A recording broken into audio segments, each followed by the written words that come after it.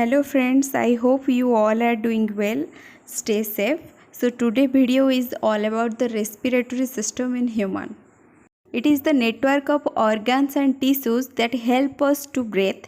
Not only the breath, it also allows us to smell and deliver the oxygen to the cell, and also it removes the waste gas like the carbon dioxide from our body. First of all, why do we need the respiratory system and the respiration process? We have already discussed about the digestive system, so in which the food material taken by us that digested and used in the cells. If you have not seen that video, then must watch, and its link is in the description.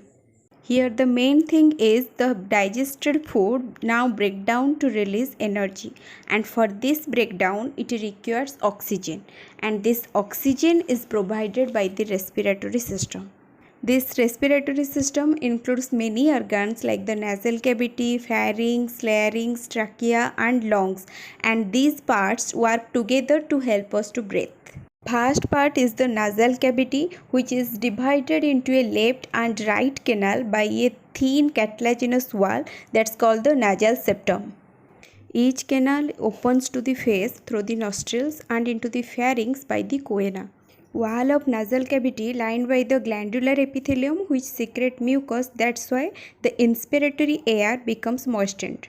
Mucus is sticky in nature, so the particles of dust and other impurities in the air adhere to it.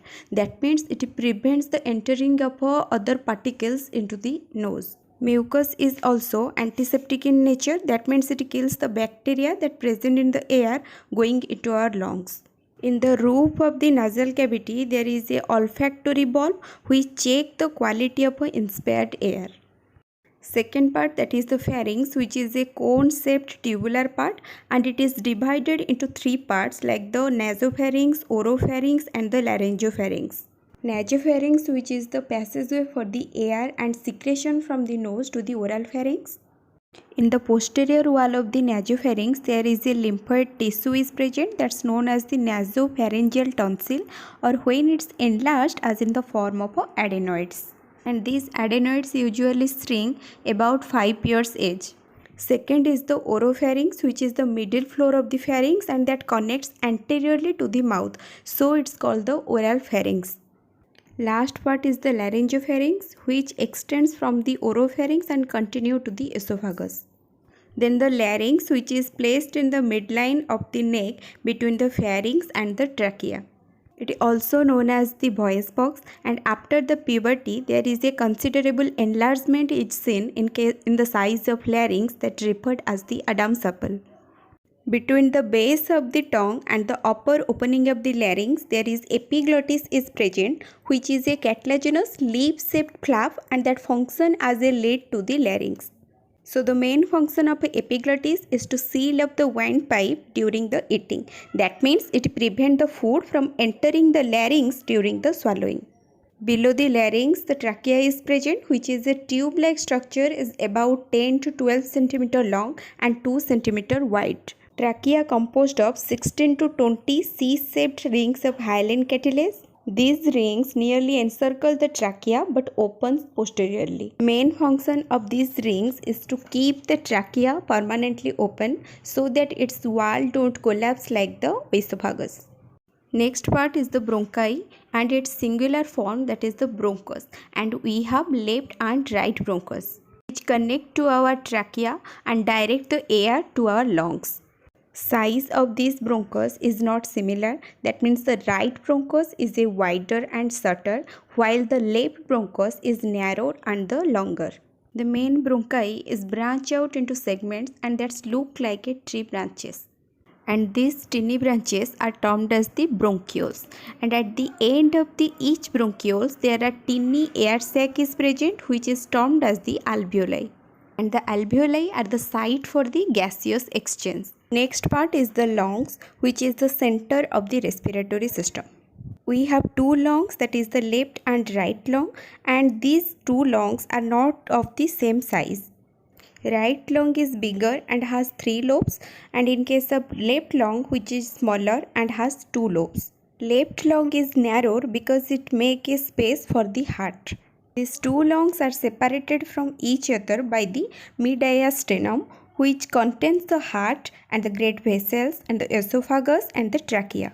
Each lung is surrounded by two layers, that is the parietal pleura and the visceral pleura, and between these two layers there is a space that's called the pleural cavity.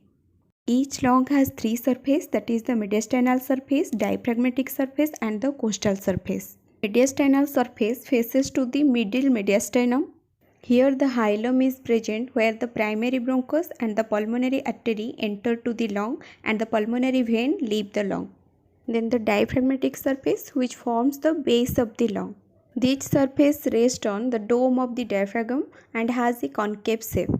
Last one, that is the costal surface, which is smooth and convex shape, and it faces the internal surface of the chest wall. In the interior, the lungs composed of the bronchi, bronchioles, alveolar ducts, atria, alveolar sacs and the alveoli. And these constitute the lobules of the lungs, which are basically separated from one another. As we have already discussed about the bronchioles and bronchi, so inside the lung, the primary bronchus, which is divided repeatedly and form the tertiary or the secondary bronchi. And the tertiary bronchi is again divided into thinner tubes that termed as the terminal bronchioles. And the terminal bronchioles subdivided into respiratory bronchioles, which give rise to alveolar ducts. And each duct is terminated into a chamber-like structure that is called the alveolar sac, and this sac consists of the alveoli.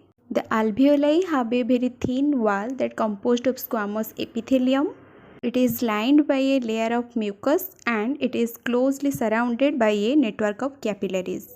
The blood capillaries in the alveoli is separated from the air by just two layers of the cell, that is the capillary endothelium and the alveolar epithelium.